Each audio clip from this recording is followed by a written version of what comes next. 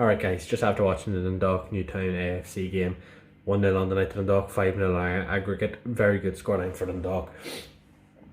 Second leg, very comfortable, very professional, it was 1-0 but on the night, but we didn't even need the goal. The game was over and done with on Thursday night, I thought. So yeah, but it was good to see Dundalk still go out there and win. We didn't need to push as much, which was good. Newtown, I thought, had some very good chances, played very well. I think they played better in the second game than the first one. But yeah, I know Dundalk were just, like, we were the favourites for a reason, and it showed on the night again. And yeah, there's not really much you can say. It was very, very professional. Abibi, I thought, had a very good game. Now, a couple of saves he made, yeah, they were offside, but still made saves, so that's always good. That's good. Plus, getting a clean sheet from him as well in Europe is going to do nothing but build his confidence, which is very good. I think that's something he's lacking. He has been very dodgy all season, I think, but lately, now in the last couple of weeks, he has started to become very good. So I think credit has to go to him there again. I said that last week as well, that he did control his area very well. I think again that you could hear him shouting. There wasn't many fans at the game, so you could hear him shouting a few times, which I was listening out for again after hearing that in Oriel. So I'm very happy with that. And then of course he made a cracker of a save in the second half. Game was over at that stage. We were 5-0 up on aggregate at that stage, so it didn't matter if it went in. But still, it's nice to see him save them. The goal itself for Dundalk, I thought, was very good, very well worked. Newtown on the attacking to the free kick just before to the Dundalk break, and that's what Dundalk can do.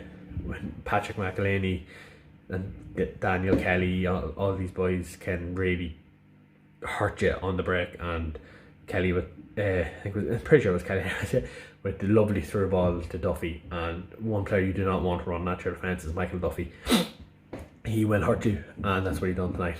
He hurt them. He think he had one chance all game, right, and he hurt them. So that's what you can't let that happen. So hopefully now Dundalk though can progress, and I think it's looking like we're going to be playing a team from Gibraltar. And I think they're 3-1 up. So no, it's not, sorry, Gibraltar from Estonia. They're 3-1 up against the team from Gibraltar. So I don't really mind who we get in the next round. I think Dundalk should still be favourites. But yeah, I'll go more into the game there now. I think it was nice to see, because Dundalk had the nice 5-goal cushion that we were able to take on the two young fellas, Val and O'Kane, which is very rare to see in the League of Ireland team, obviously being so far ahead in a European game, that we can take on the young fellas. And it's not just the last minute token gesture. Like, the two boys got on, they played, got the ball down, both had shots. Neither of them were very good shots, but I think both these lads are still, I think both only done their league and start this year. So it's very good to get that minutes under your belt in European football. Even if the game is dead, it's still nice. They got like 15 minutes each, I think, or maybe just a wee bit more for Val, but it's very good. That's all experience for them, and you want to see that. I think League of Ireland teams need to be bringing on younger players, and this was a great chance for them to get it at one of the highest levels that a League of Ireland club can attain in Europe. So that was very good. I thought Han as well, when he came on again tonight, he was very good. He gave them all sorts of problems in the first game, and he gave them all sorts of problems in the second game. Players like him are not liked in Europe, really.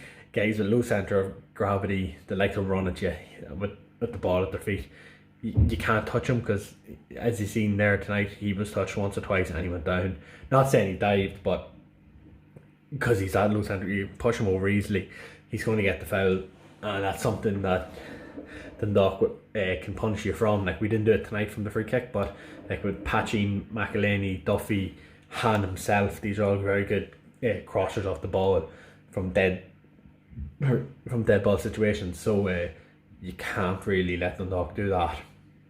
You can't give them set pieces, is what I'm trying to say. But I think, like, Han, he did well.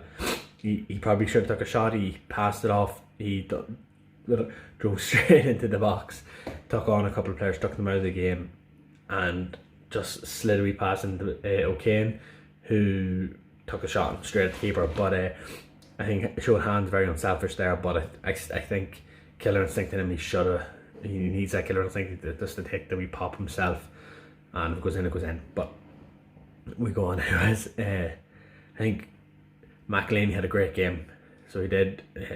I said Dundalk didn't really have to get out of second gear, but yeah, McElhinney had a good game for the night. He hit the post with a cracker free kick. I remember seeing it going and I was like, here you just wasted a free kick. Next thing he hits the post and I'm like, Jesus. But that was very good. Then he tried shots out from the halfway line trying to be cheeky, but you know, he loves to be chipped, doesn't he? But yeah, no, he had a good game. I think all of them, none of them had anything over like a 7 out of 10 in a rating. I think none of them were fantastic. None of them stood out really well, but none of them stood out either for being really bad, which is kind of what you want, isn't it? If you're going to get all very good ratings rather than some good, some great, some bad. So it was a very nice level side. I think Andy Boyle and Sonny Natstead weren't really trouble at the back, didn't really have much to do. None of them backs really had much to do, or Habibi didn't pull off a couple of saves as I said, but he didn't have much to do overall.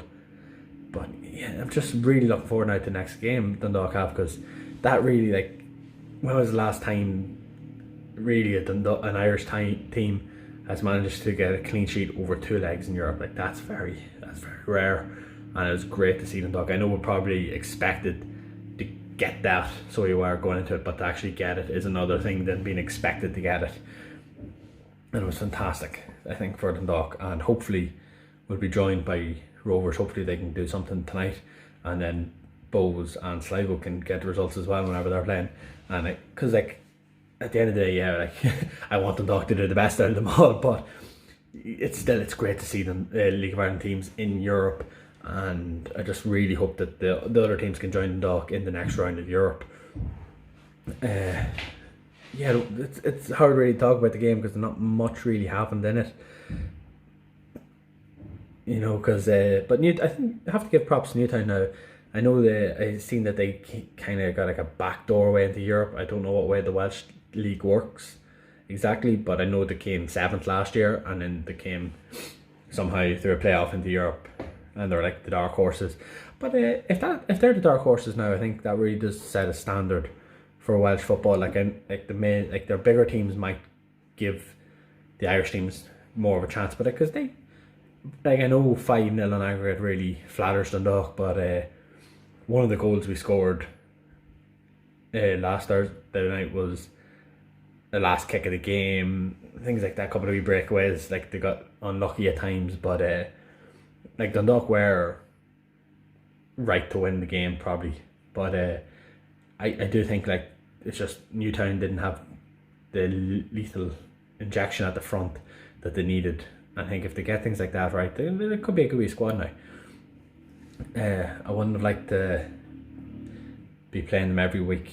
Anyways, there's some nice wee footballers there, but just they weren't 100% in the same standard as Dundalk over the course of the 2 games. And I think it did help us as well that they're playing an AstroTurf, so I think maybe there might have been a different story if they were playing home leg against a team that's not used. If they're playing home leg first against a team that's not used to playing on AstroTurf, I think that might have been a bit of an advantage to them. But I think Dundalk was like overall the worst result they could have got, or the worst pick they could have got, because obviously we have no advantage over some when it comes to AstroTurf, because it's the exact same pitch we have, which is good for Dundalk though, because we have that advantage now going to the next round. I don't think the teams from Estonia or Gibraltar have it, but I have to wait and see. I'll be watching that game now. I think that game is on Thursday night, so I'll be watching that one, hoping that we get a good result for Dundalk wherever way it goes. I'd like to see Gibraltar, to be honest, because I think they're the weaker team, but it's looking unlikely. They are 3-1 down, but yeah, so best luck to the rest of the teams anyways. And if I'm representing the League of Ireland, hope you get through, lads, get through the next round. Just keep promoting that league. Thanks very much, lads. See you.